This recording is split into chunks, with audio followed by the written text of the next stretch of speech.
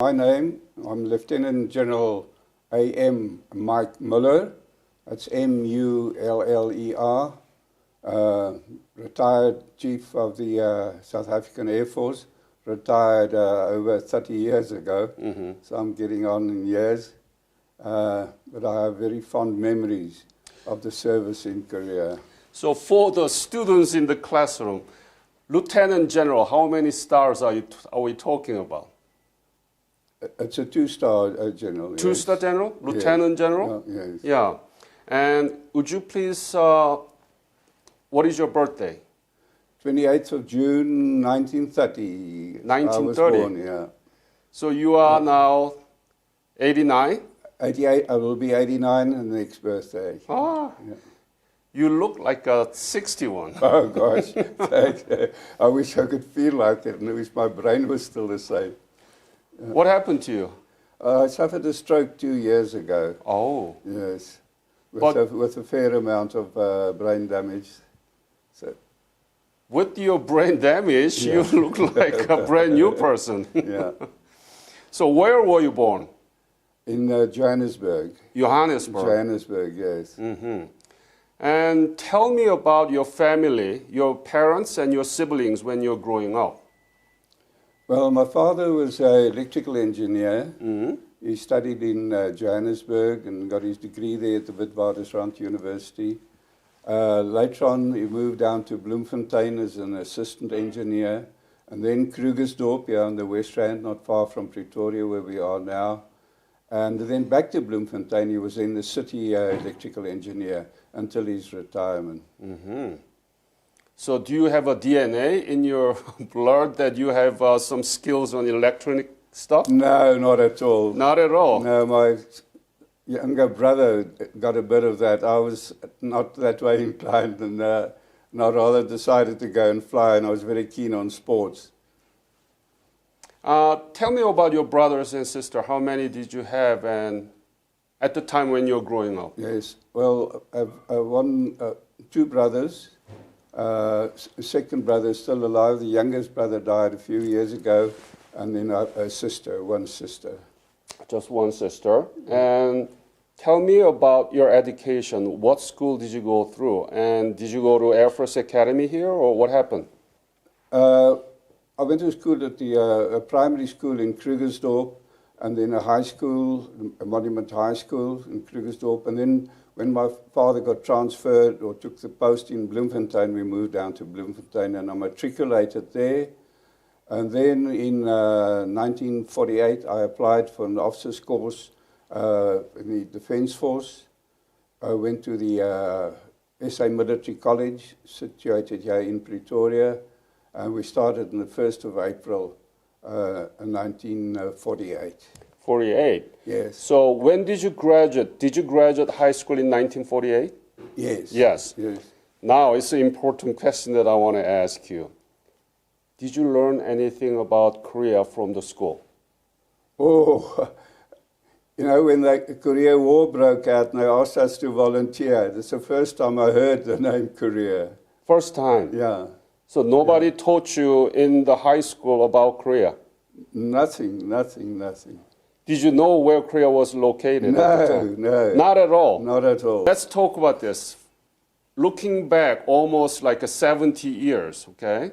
You were in Korea. You didn't know anything about Korea. Nothing. Absolutely nothing. And now you've been to, how many times have you been to Korea? Well, I was there for the war, and then 3 lovely invitations and beautiful visits to Korea.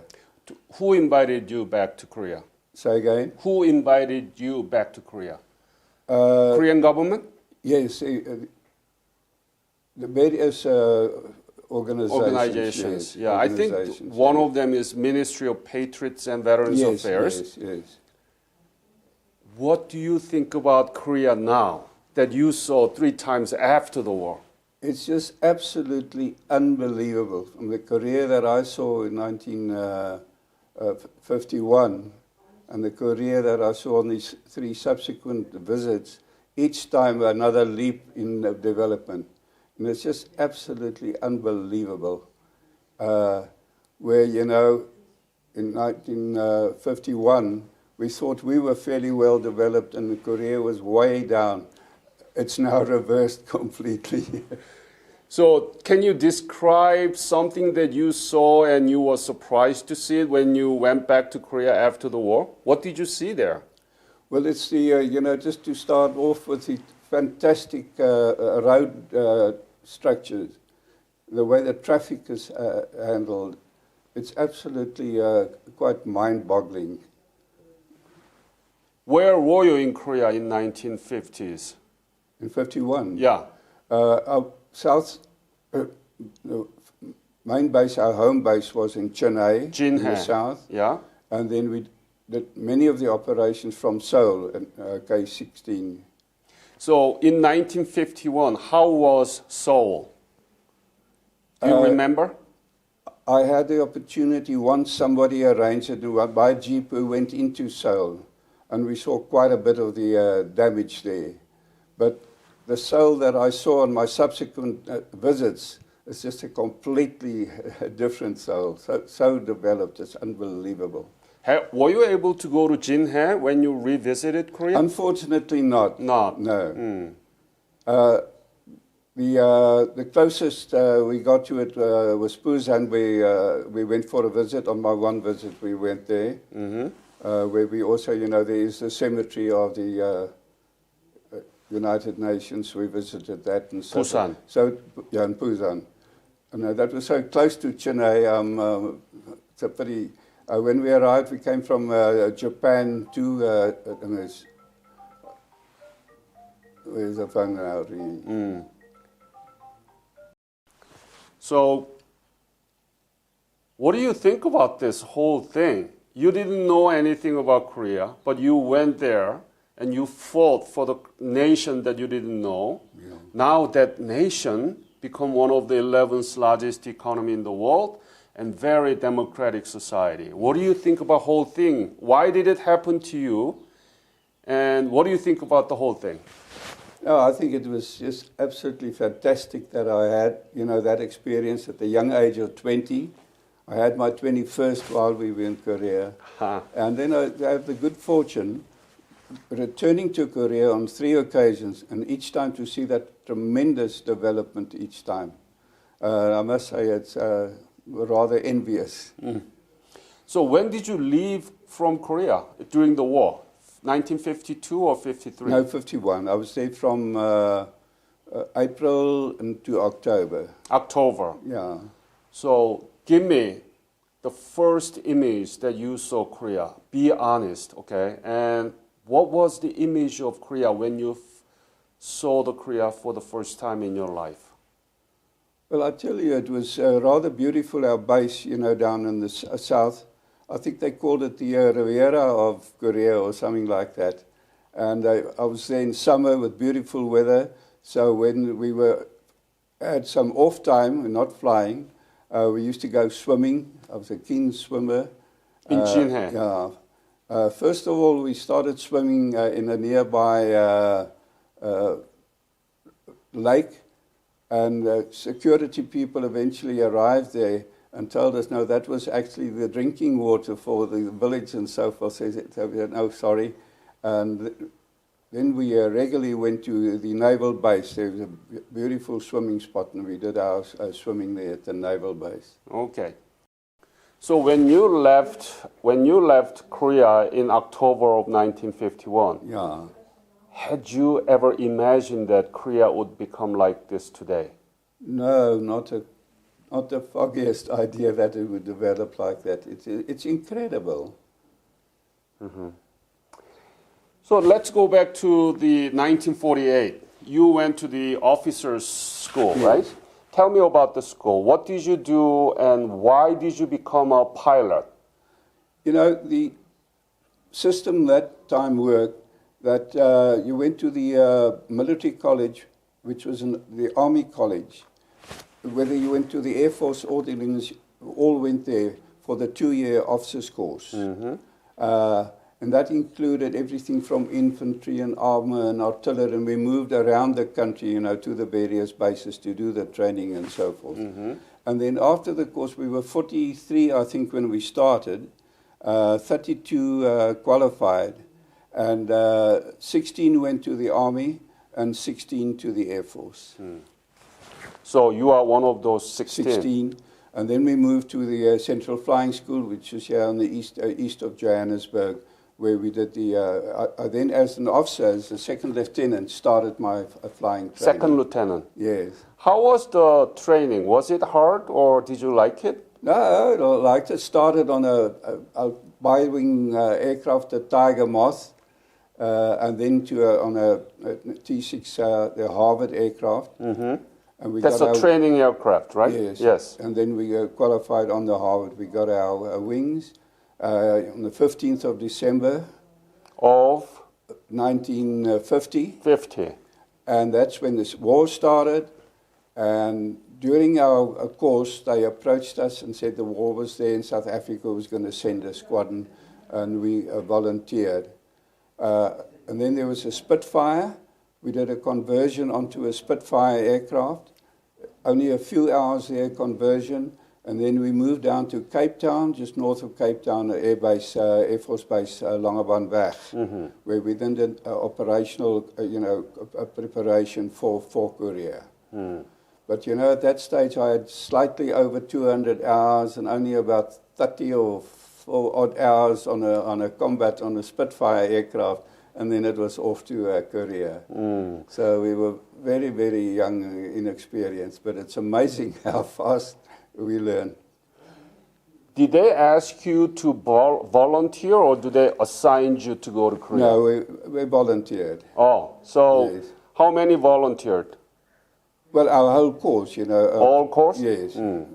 Were you not afraid that you are going to go to war? I don't know, it was adventure at that stage, Uh-huh. And all the time, I know of one case where there was a rather senior instructor, and his wife said, "You go to war, then that's the end of our marriage." And that was a sad situation for all the rest of us. We were career pilots, and if a thing like that happened, you volunteered, And I must say it was a experience that you wouldn't like to have missed, So it was December 15th of 1950. And when did you leave for Korea? From where?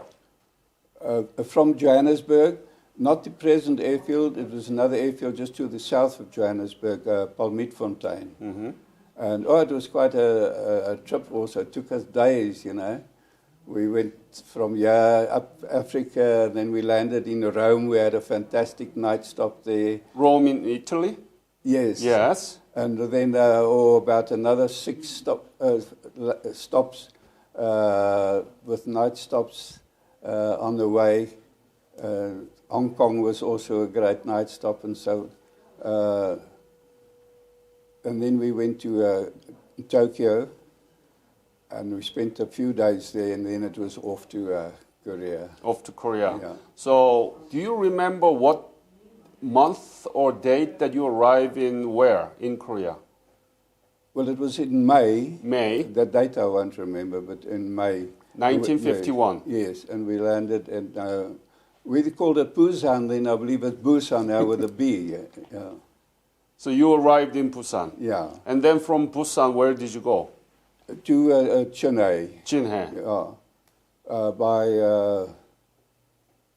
By transport, road transport. So what was the unit at the time? And where did you belong to? You belong to American Fighter and Bomber Wing, right? I must explain that, yes. Yes, please. It's squadron that I decided would go to Korea was the number 2 Cheetah Squadron, the famous squadron of World War II. And we were then formed part of the 18th Fighter Bomber Wing, American 18th Fighter Bomber Wing, with 3 American squadrons. So there were 4 squadrons making up a fighter bomber wing. And you were at the time, you were second lieutenant. Second lieutenant, yes. And you were pilot. Pilot, yes. And tell me about your first conversation or first encounter with the American pilots. How do they treat you? Very, very good. Really super relationship we had. And we built a very strong unit, great friends, actually. Can you tell students more about the 2nd Squadron of South African Air Force? What was the tradition there, and what are the kind of fame that the 2nd Squadron got from World War II? You know, they served in World War II in North Africa and in Italy, and distinction with great honor. But that was before my time.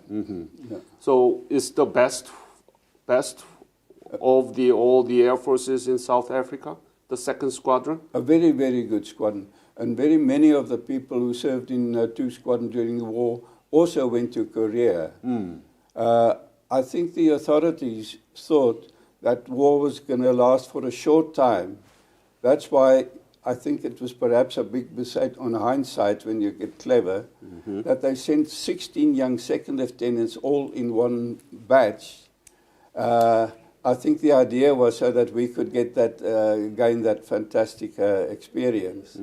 And it was quite amazing, actually, because when we arrived there, the original squadron were mainly of World War II experienced pilots. They were completing their tours and returning.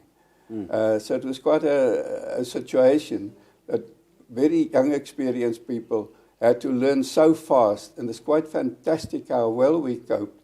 And it wasn't long that you have a flight flying with 4 second lieutenants, second lieutenants flying. At the occasion later on, as we gained experience, one of our members went to Korea as a second lieutenant, led a formation of 64 aircraft of the wing, of the 4 squadrons, you know. So it's amazing when you're thrown in on the deep side how quickly people learn and can cope. Wow, that's an amazing record, yes, actually. So there was 16 young second lieutenant pilots. Actually, as it happened, only 14 of the 16 went. The one crashed in the training at Langebaanweg. The other one crashed in another way. He had to get married, or he decided to get married. And at that stage, there was a regulation you could only marry when you were 25, and so he had to leave. So of the 16, 14 of us went to Korea. Who else? Other officer or other soldier from South Africa to assist you, right? Who were there, other than pilot? It's a whole squadron of the technical people, the technical backup. The large number, obviously, of the technical, the ground personnel, the administrative people, and so forth. It was like a overstrength squadron, really, because we were, away from headquarters and so forth.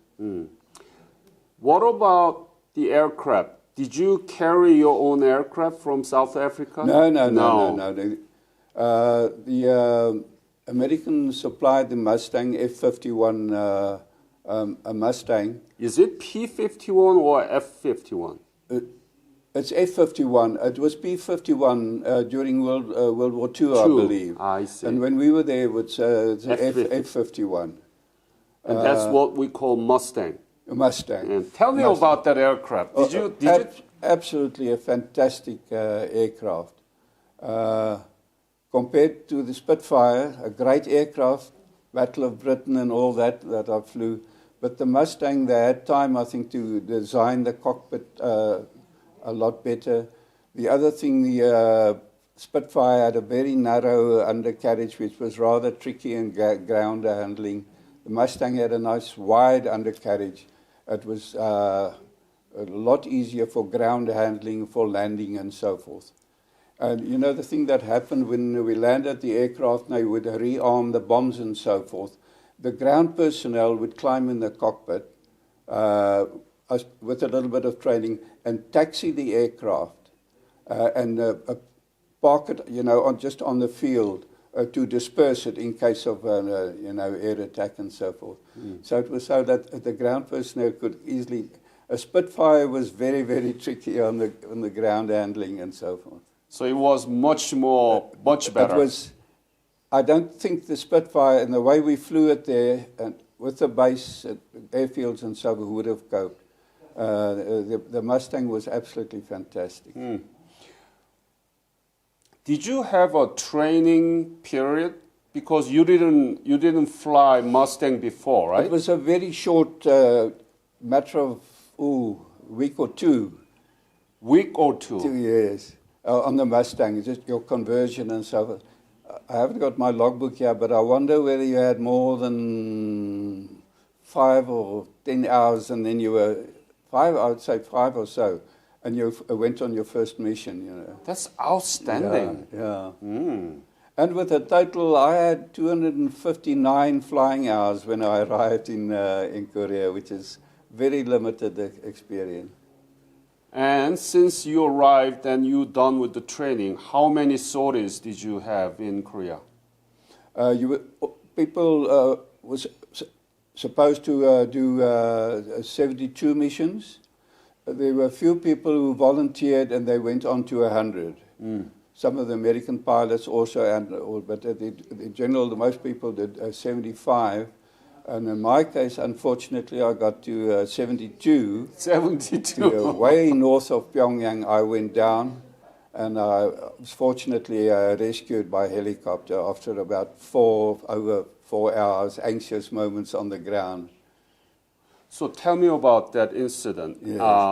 Exactly when was it and how did it happen? Tell me detail, because young students wants to hear from you about that. Yes. When was it? What was the date? Was it the 29th of September? And we did this mission. I was leading a flight of, I think we were about 24 aircraft, made up a bigger flight with American pilots also, to attack a target way north of Pyongyang. And quite a way past Pyongyang, I was either hit or something happened to the engine. It was a loud bang and so forth. And that's one thing about the Mustang. The coolant system, that elevator in the belly, with about 14 feet of piping, between there and the engine, with coolant cycling and so forth. And once you lost the coolant, it was just a matter of time, or the temperature would go off the clock, and not long afterwards, the aircraft would catch fire and so forth. And we had a case of one of our pilots, actually on the officer's course just ahead of our course, who left it a bit too long before he bailed out of the cockpit. And when he opened the canopy, the flames were sucked in. And I had that sort of a wisdom to my advantage. And when I saw the temperature going off the clock, I prepared to, and we didn't have an ejection seat in those days. You had to sort of get, on your haunches on the seat and then jump out. And then being a little bit on the tall side, I had a mishap there because as I jumped, my right leg got stuck in the cockpit, and I went through some anxious moments.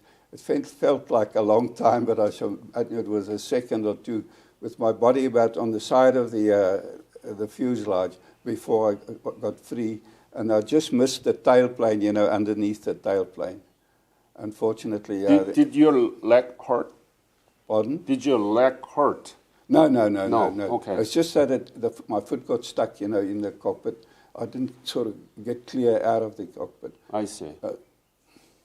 But that beautiful sight after pulling the ripcord and looking up and seeing the parachute, that was a relief, But then, unfortunately, I landed up on a mountain into a big tree, and the parachute got stuck over the things like that, making a wonderful beacon for people, the enemy, to find me. So my first task was to pull on the ropes and so forth, and to pull the parachute into the tree and so forth. And then I got down, and we had a wonderful system in Korea that the one pilot stayed up, number 2, who was a captain. Actually, this is the case. I was the second lieutenant leading the flight. A captain who was my instructor at the flying school arrived quite a bit after me. He was second, in command of my flight. He took over. And a very good friend of mine, who was later on my best man at our wedding, he and the other member, they came low down to fly and to see. And as I was sort of on the side of a mountain, they could fly, and they were so low and putting flaps down at a slow speed, and there were shots fired. I was trying to tell them, get the hell out, you're going to be shot down. I could sort of look into their eyes and so forth, while the other person stayed up top for communication to arrange, for the rescue and so forth. And that was a fantastic thing about Korea, the rescue organization. The war virtually stopped, and every effort went into the rescue. I worked out that about 2 hours or so, something should start happening for my rescue. And then when it went on to 4 hours, I started getting very worried. And what actually happened, they thought they would be able to reach my position, which I think was an error that was made. And the first rescue helicopter was shot down on way to me. Mm-hmm. So then they had to make another plan. And then there was a ship, the U.S. Gunston Hall, which was way up on the east coast. And they had a helicopter who had just done a rescue, picked up a Corsair pilot, and landed back, and they said, off you go. And then the ship went full steam south to reduce the return distance the chopper had to do. If a ship just stayed there, it wouldn't make it to my position and back again. So the ship went south towards Wonsan. And that's how I got out. And I ended up once they dropped me off at Yodo Island, where the Royal Marines were serving, and spent a day or so with them. Very fantastic reception I had with them. And then they carried out raids against railways and things like that. So it was about a day or two later on with a night raid at around about midnight. We went with a ship, and they went with a smaller boat, dropped me south of Wonsan onto the coast. And they then got a Dakota aircraft, and with about what they called a milk run. And I believe the pilots were fighter pilots who had sort of done something bad, and for their punishment had to go and fly. And I must say it was some rather scary landings that was done at night all the way down to Busan again before I got there. And the next morning I was taken by a vehicle again back to K10 at Chennai. And as I walked into the office of the squadron commander, he said, welcome back and so forth, but you must pack your bags. You're going home. I said, well, I've still got 3 missions to do. He said, no, for you the war's over. Because at that stage, from our 12 pilots, from the course, that got our wings, 5, we'd already lost 5. 2 of them were prisoners of war in addition. So I think they were sort of cutting the losses. So the incident that you had to eject from the aircraft. Not eject, you just bail out. Bail out. Yeah. And it was a 72nd sortie. Yes. So that was your last mission. No, I had another 3 to do. Another 3? No, sorry. There was 69. Yeah. And then you had another 3. And then you had completed 72. Yeah. What were you thinking when you were waiting to be rescued? What were you thinking? Were you where I am and what the hell am I doing here? That is quite interesting, Once I was up top there in the trees and so forth, actually where I landed, I went higher up, and I got into a clearing that I possibly was preparing for, gun emplacements or something like that. And I stood there for a while, and I heard shots and so forth, and I thought, no, this is dangerous, because it's rather dense undergrowth. They could approach to grab me And the people from the aircraft, the pilots, wouldn't see it. So I said, no, that was very unhealthy staying there. So I went down again, all the way down. And in the process, there was a bit of a drop with a dense undergrowth. And in the process of falling down, I lost a pistol, a revolver actually. And I didn't spend too long time because it was a fairly useless old model gun. And I went down, and then in very little ground cover to give cover to me, I went about 60, 80 yards to a rocky outcrop, like a 2 meter or so high. And I went behind that sort of lying there. They couldn't see me from the high ground. And I got out my map and started working out, now what's going to happen here? Realizing how far I was, what's the chances going to be of a rescue. And after my flight left, one American squadron after the other, came and relieved me. And what was rather another bit of a fright I got, we had an arrangement that if a rescue wasn't forthcoming, when I saw this pilot coming in and doing this pass over me, I took my map and started putting that in my pocket on the flying over and saying, oh gosh, this is where I start walking. And then fortunately I heard the chuck, chuck, chuck, chuck, chuck, chuck of Sikorsky helicopter was coming up the valley. Wow. And that was a great relief. Now, I'll never ever forget, they hovered sort of above me, and the sailor, a bearded sailor, dropping the rope down for me to get into and to pull me up. And the pilot looked around, and I tapped him on the shoulder, and we were off. But, it's an amazing story. On our way out, there were shots, and I didn't quite realize it.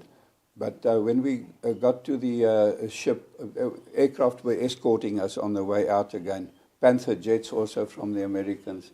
He couldn't land on his first approach, and I only later on discovered when he was hit, there was something with the rudder, with the controls that was a bit jammed, so he had to do another second approach, before he could land. So, and when they took me downstairs into the sick bay on the ship, and there was a Corsair pilot, that same helicopter picked up just prior to my rescue, and he was less fortunate because what I said earlier on, once you open the canopy, you must get out fast if your aircraft is burning. And he was fairly badly burned. I met him in the sick bay, and we shook hands and what have you. And I was in a better shape than he was. You were very lucky. Yeah. So you were not wounded? No. Not at all? No. Wow. That's an amazing story. Yeah.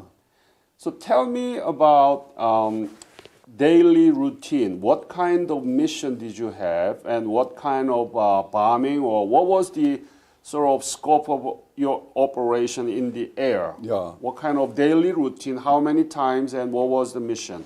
Where did you go? All these things. I think sometimes we'd fly up to 4 missions a day. Other days it would be far less again, depending on weather and the war situation and so forth. The type of missions we did, we were not in the aerial combat mission at all. Right, you were in Jinhae, so... We were ground attack, supporting the army and so forth. Interdiction, cutting down the supply, the supply that they can do. So in the beginning, we would trap vehicles on the road. That was a target and so forth. Later on, that became too costly to the enemy. And they started doing it mainly by night. And during the day, they would sort of drive vehicles, into a grass-type house or so, or under trees and so forth. Actually, one of the earlier missions with one of the World War II experienced pilots, he spotted some vehicles. It was quite a while before us inexperienced people also spotted it, but we started strafing them, and then we got about 17 vehicles that were burning And when the first one started burning, you start also, and we learnt a lot by picking them up when they parked under the trees and so forth. So it was mainly interdiction, preventing supply and so forth. And then the other thing would be a close support to our troops and so forth. What kind of bomb did you use? What kind of weapons did you have in the Mustang, and was it accurate? The napalm, you know, was a petrol jelly sort of that you run when you created fire, which I think was not a very popular weapon from many aspects. But in war, you have to use what you have. Then bombing bridges and so forth, we would use normal conventional bombs, and then also rockets, and then many other targets we would use. We had 6.5 machine guns in the wings. It would be strafing. How accurate was it? The strafing was very accurate, and the rockets bombing not that accurate. As a matter of fact, I think if you saw photos of some bridges and so forth that we bombed, there would be so many craters around the bomb. But it's a very limited weapon system at that stage, not like what we have today. These days it's a smart bomb, and they just target everything exactly, right? Were there any dangerous occasion other than, you know, you had to jump out from the airplane? Oh, yeah, no. I think I had at least 5 occasions where I had... Tell me about it, please. Yes. How was it? Well, what was the first one that I can remember? Early on, still very sort of inexperienced aircraft, a hydraulic pipe in the cockpit burst and sprayed quite a bit of fluid over me and so forth, with, you know, a little bit in my eye and so forth. And it was the hydraulic to the flaps. So after very limited flying, and we didn't do the training in any case, I had to do a flapless landing, which was at quite a higher speed, and was a rather short airfield there at Cape 10 at Chennai. And I just stopped right at the very end, and the runway dropped in the sea. It was like a carrier, you know, at that end, the direction that I landed in. So that was the first one. What was the second one? Maybe it's not in the right sequence, but another one was where we it was a bridge that we attacked, and it was a big explosions and so forth. And I think I fired rockets, and it must have hit a lot of ammunition, you know, that was under the bridge in vehicle and so forth. And then my aircraft was damaged by the debris was thrown up. I have photos of that and so forth. And it was so badly damaged. I had no rudder controls, had 2 rudders, and the flight commander suggested our airfield there at Chennai, short and ending up in the sea and so forth, and with very little, you know, obstacles on both sides of the runway, and so it would be better there. Taegu is just quite a bit just north of Chennai. It would be a lot safer for me to go and land there and do a wheels-up landing. So I did a wheels-up landing there, and it was quite interesting, actually. The aircraft stayed nicely on the runway, and as it slowed down, it just went off the runway, a bit of dust. And a lot of the American people with all their cameras came along, and they were terribly disappointed. I was expecting to find something more spectacular. That's what was the other one? Oh, yes. Doing a napalm attack on the eastern side, northeastern side of Korea. After releasing the napalm, it was quite a steep climb up with a hill in front of me. I was hit in the aileron. What? In the one aileron, and the aircraft rolled almost onto its back before I could, you know, kick on the rudder and roll it straight again. and I was lucky to make it there. I cleared the mountain and so forth. Wow. And then it was now the decision, how was I going to land? And one of my course mates stayed with me the rest of the flight, and at a safe altitude, it was okay at the higher speed. I had enough aileron control to keep the wings level, but at approach speed, I couldn't keep the wings level, and I had to kick on the rudder and yaw it to pick up the wing again. So what I did a number of sort of like at a safe altitude, some dummy approaches of kicking on rudder, picking up the wing, until I thought, no, okay, I've got that mastered. And then I went on. And fortunately, it worked out, and I carried out a very safe landing at K16, our northern base at Seoul. So that was another nervy one. Yeah, I think that's a... You know, so you didn't have a chance to fly F-86, the Sabre. The F-86s came quite a bit later on. Later in 1953, right? Yes. Yes. Yeah. My father actually flew that F-86. My father was Korean pilot. Gosh. Not during the war, but right after the war. Yes. Oh, that's fantastic. I later on flew it, when I got back here, and I became a squadron commander on this. And I was a leader of a 9-ship formation aerobatic team that I'm very, very proud of. You know. But also second lieuts in Korea, and that squadron of mine, the other squadron commander, then 2 squadron. I was then in 1 squadron. I moved from 2 to 1 squadron. I was flight commander in 2. His father was chief of the Air Force at that time. And as a new people would come, they would post to 2 squadron. I would train them, and then they'd go to 2 squadron. And there was a very big anniversary, I don't know which year, I can't remember offhand now, anniversary of the South African Defence Force. There was a big air display. And they were working on a 9-ship formation aerobatic team, and I did. But I had 4 experienced pilots and 5 second lieuts who had only months previously arrived on the squadron. And it also so worked that we were fairly low on aircraft. 2 squadrons got the aircraft a priority, and we were low on aircraft. So we very seldom had 9 aircraft available to practice with 9. But I would practice whether we had 7 or 6 or what, and practice with that. And we most probably had about 4 or 5 practices with a full 9. Fortunately, we did a trip down to Durban, and we did a display there. And the airfield on the way said, couldn't we give them a bit of a show too? So I took every opportunity of doing it. And from the then chief of the Rhodesian Air Force afterwards complimented me and said, we stole the show with my 5 second lieuts and 4 experience in our 9-ship. That was a highlight in my career. So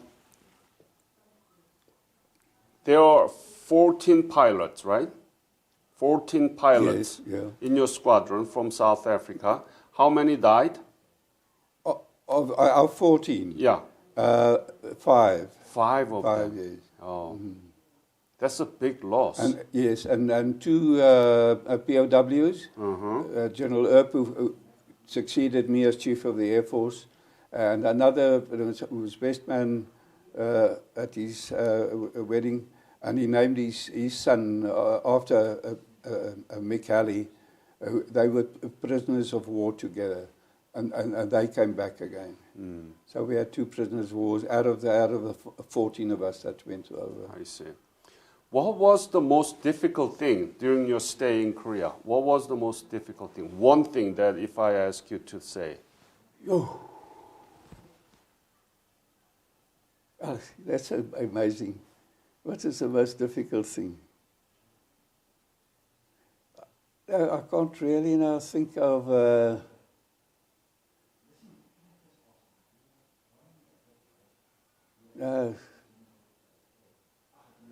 with all the danger and so forth, there was so much fun also to have when you were not flying. What kind of fun? I had a setup with the 4 squadrons. Each squadron would get a turn to have a big officers' party in the officers' club. And we had our theme, our padre, was because he was on the ground and not flying and he could have time to organize it. He was a big leader actually organizing the thing. We decided we'd have a Zulu night. You know the Zulus in South African? Zulu. Yeah, Zulu. Yeah. Yeah. Tell So, them. Tell students what is Zulu night. Zulu people, you know, the one nation in our country are Zulus on the eastern side of our country in Natal and Zululand. Mm-hmm. And the whole theme there was, and he made it, a group who have nice photos of that, blackened them and so forth, and he dressed himself up as a witch doctor and so forth. And the Americans also joined in the thing. Oh yes, and another interesting thing about it is that the Zulus have a way of dancing, of stamping their feet. Mm. And the one member of our squad, Mick Grunder, was from that part of the country, and he could really do this Zulu war dance, stamping of the feet and so forth. And when we did that, the Americans soon also followed suit, and you know, we all joined in the Zulu war dance. And in the process, in the officers' club, we just moved to a nice new officers with a wooden plank floor, but with a stamping of the feet. Broke some of those planks, and they were all stamped into the plank floor. And the next day, the base commander, Colonel Rogers, by the way, a very, very fine person, he was called to come and investigate the damage that had happened in the officers' club. And we had 4 Korean young orphans. I've got nice photos of them too. They used to help in the officers' club, you know, serving food and drinks and so forth. While he was standing there, they were standing next to him, and he looked down at them, and one of them said, "Isaac Zimba." What is Isaac Zimba is the way they dance. I sing it, Isaac Zimba, Zimba, Zimba. So that was quite a humorous side to the thing.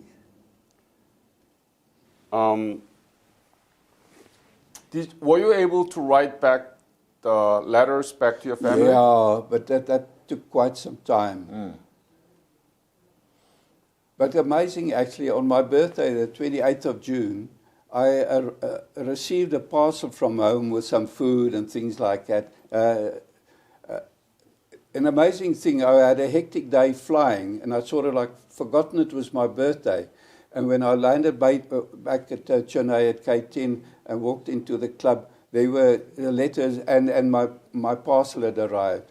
So they fortunately planned it and sent it way in advance. But it was quite fantastic that it happened, you know. Who sent that? My parents from Bloemfontein. Your parents? Yes, what did they send you? Remember? What was it? Oh, the one thing we have is dried meat that we call a biltong, you know, and some other, you know, cakes and stuff, like cookies and so forth that my mother. That's amazing to receive something from your parents. From my parents. From South Africa to Korea. Yeah, on my 21st. And in the midst of war. Yeah.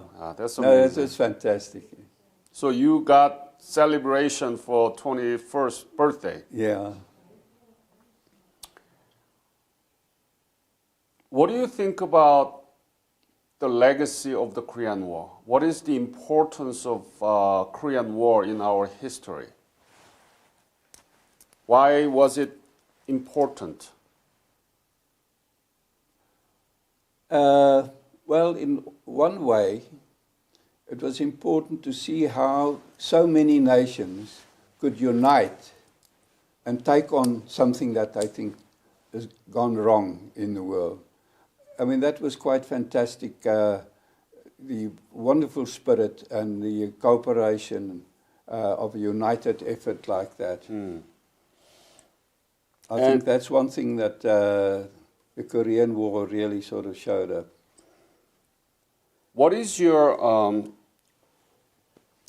the Korea to you personally now? You didn't know anything about Korea. You didn't know where it was. Yeah. Now you've been back to Korea 3 times already. 3 times after my war experience. Yeah. What is the personal kind of attachment to you, I mean, of Korea to you? Well, it's always nice from the memories that you had, and I think in particular to see the fantastic development each time we go there. And then I must say the absolute fantastic hospitality, the way you treat it on a visit like that. No, it's really super. You know that there is a lot going on between North Korea and South Korea, right? Yes. President Moon is trying to normalize the relationship. Yes. And what do you think about the whole thing? Well, it'll be fantastic. So many families got separated, and I see already there's been a little bit of opportunity of uniting and having a visit and so forth. And it'll be interesting how it's going to work out if it's united again, who's going to have power for what and so forth. But it would be in the interest of both countries if they could be united again. I mean, if a split nation could be so fantastic, just think what a united nation could do again. Yeah, that's great. Do you have any special message to the Korean people for the 70th anniversary of the Korean War? Well, I think the one message that really comes from my heart is the gratitude, never-ending gratitude that they have displayed towards the people who helped out in the war, and at least made it so. Although there wasn't complete victory, but at least the war ended in an amicable way. And I really hope that for the future, it could be a united Korea, and the happiness for people could be united in their families. Any other story that you want to talk to me? No, I think Did we cover everything? I think so, yes. Yeah. General Muller, this is great honor and privilege to have time with you and hear from you. That incident around Pyongyang that you had to jump out of your Sabre, the Mustang, and then being rescued. That's an amazing story. God protected you. Yes. Yeah, actually, I perhaps forgot to mention, I don't know whether I mentioned that one occasion when Mick Halley went down, that out of a flight, only one returned. One of my course members, one of the second lieutenant. Could I tell that story? No, yes, please. The flight commander was about 3 or so missions short of completing his tour. He was newly married and he was very keen on returning home. And the weather was rather bad that day. And he went to the base operations, spoke to them and said, wouldn't it be possible that before he returned back to K-10, they could fit in one mission so that on his next time he came up to K-16, he would then complete his tour of 75 missions. So they said, okay, they'd accommodate him. They could go and do a weather reconnaissance. And that was a fatal thing. Because in the process, they were below cloud, low, and they got into a hot spot, and he was shot down. Long story short, 3 was shot down, and one, Tony Green, one of our course members, second lieutenant, he was the only one returned out of that flight. So that, we called it the Bakshis was, well, can't we just have a Bakshis mission so that I can, complete my tour next time? But it was a rather fatal. 3 out of the 4. In that thing. Wow, that's the story. Yeah. And again, I want to thank you on behalf of Korean nation that you fought for us, so that now the Korea is one of the most developed countries with the democracy, and that is your legacy. Yeah. And we're going to make it into a website so that everybody from all over the world can listen from you. I appreciate it. Thank you so much. Yeah, thank you. Yep.